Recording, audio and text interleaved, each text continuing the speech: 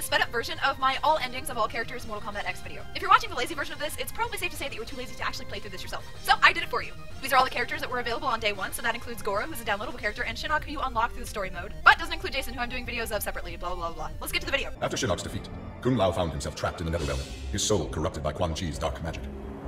There he would have remained but for the aid of his cousin Kung Jin. Together, their Shaolin strength repelled the evil sufficiently enough for Kung Lao to escape that dark realm and control his inner demons. Compromised but not lost, Kung Lao now exists as an agent of vengeance. He will show evil no mercy. After Shinnok's fall, the hospitalized Johnny Cage asked Jax to fill in as leader of his squad. Jax agreed. It was a chance to spend time with and protect Jackie. Boarding their transport after a routine mission, Jax's greatest fears were realized as the mercenary Aaron Black sprung from the cargo bay and fired on the young heroes. Fortunately for Jackie and company, Jax's quick reflexes and bulletproof arms deflected the assassin's rounds. Jax quickly subdued Black, then slipped into shock as a red stain engulfed his chest. Exhausted by her ordeals, Sonya slipped into a deep sleep and began to dream.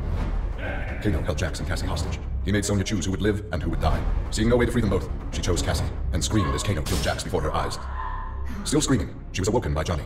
He had horrific news. Jax was dead by an assassin's bullet. Having defeated Shinnok, Kenshi joined Takeda on his quest to avenge his mother Suchin's murder.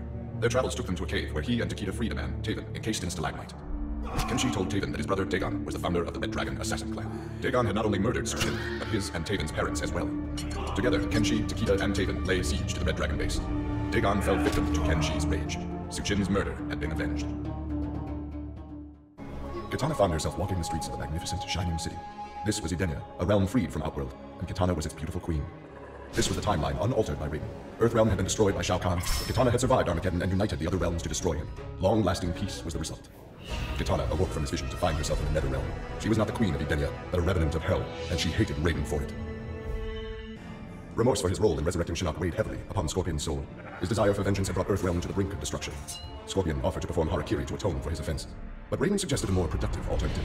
Instead of death, Raiden sentenced Scorpion to life. He imbued Scorpion with a small portion of the Jinsei's power, linking him to Earthrealm's essence. Scorpion and his Shirai Ryu clan would protect the Jinsei and Earthrealm forever. Grandmaster Sub-Zero knew his Lin Kuei clan would need more than martial arts to stave off future threats to Earthrealm. In the frozen reaches of Outworld, he found the answer, a female frost dragon with a clutch of eggs. With his ability to freeze, Sub-Zero hatched the Dragonlings. They accepted their Lin Kuei masters and their training as combat mounts. With a force of dragon riders, the Lin Kuei's ferocity became legend. None dared risk conflict with Earthrealm.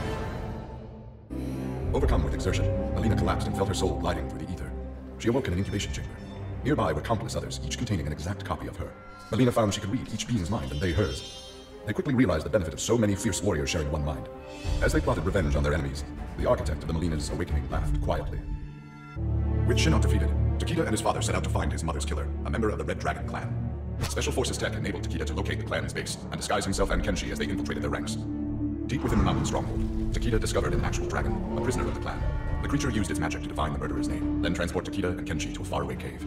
There they discovered a man encased in a stalagmite. The dragon had said this man would also have reason to confront Suchin's killer. Takeda began to free him. Cassie Cage's impressive victory over Shinnok led Raiden to give her a new important task, hunting down a soul stealer. Cassie did not have to be told that the suspect could be a resurrected Shang Tsung. Having tracked him from the site of his last known assault, Cassie confronted the withered old man. He fought desperately but was ultimately defeated. As the old man lay dying before her, Cassie asked his name. With a mixture of sadness and relief, he whispered, Shujinko. After his incursion into Earthrealm, Kotal Khan had become a prime target of Special Forces surveillance. Jackie Briggs was assigned to monitor his activity. Jackie followed Kotal Khan to an equatorial jungle, where he entered a hidden pyramid. Inside he retrieved a glowing crystal skull. Jackie attacked the Emperor and raced away with the object.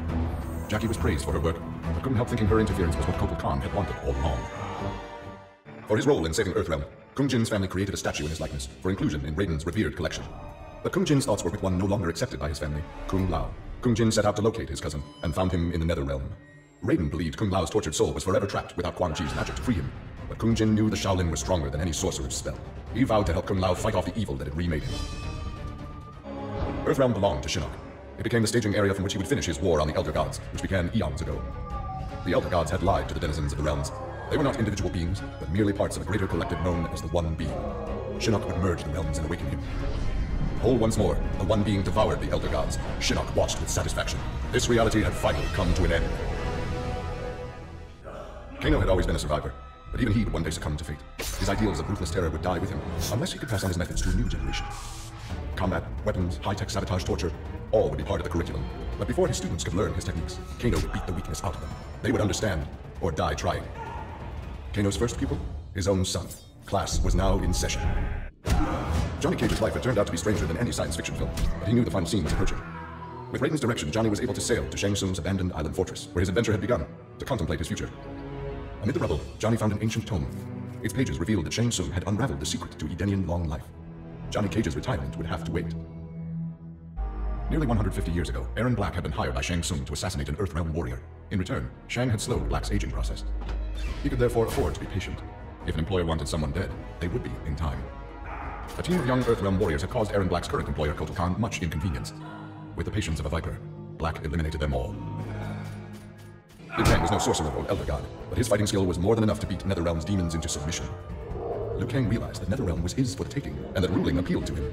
He would assume Shinnok's throne, and ponder the conquering of other realms.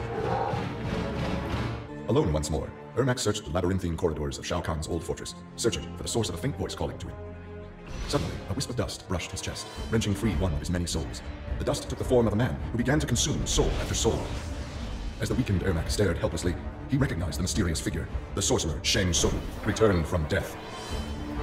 Kotal Khan returned to Outworld determined to rebuild his forces. But Raiden defeated him in a surprise attack and claimed dominion over Outworld. Desperate, the Emperor called upon the Elder Gods to aid in preserving his sovereignty. They granted his request, invoking the most sacred of contests. Now, once every decade, Kotal Khan must enlist his greatest defenders to face Raiden's challengers in mortal combat. After Shinnok's defeat, Reptile was ordered to Earthrealm by Kotal Khan to assess the damage. Such intel could prove useful in future conflicts. Stumbling upon a collapsed cavern, exposed during the crisis, Reptile was shocked to see raptors emerging from within.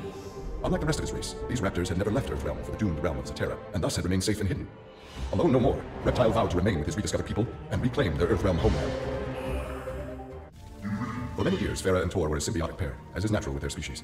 But that bond was broken when Farah came of age and began the Great Transformation. Farah Tor returned to the Tarkatan Wastes, where Farah began her metamorphosis.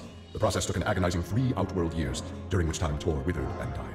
Now a brute, Farah will be chosen by a rider. A new symbiotic pairing will be forged, and new battles will be won. Devorah's ultimate plan was not to destroy Shinnok, but to enslave him. She implanted larvae, her young, in his body to gestate.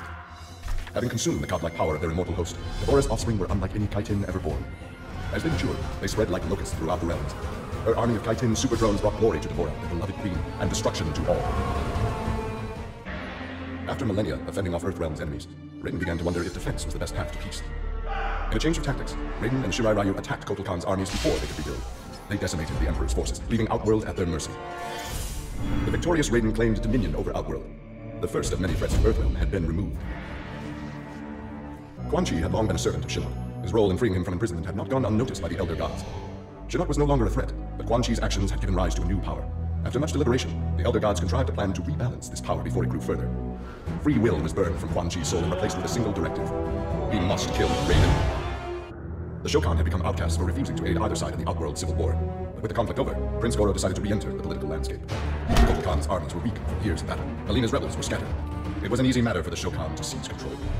The newly crowned Emperor Goro had his rivals exterminated. No Ashtek, Kaitin, Edenian, or Tarkatan would usurp his throne. Alright guys, thanks for watching the video. Don't forget to like, subscribe, and check out more of my Mortal Kombat X gameplay uploaded from my PS4. Bye!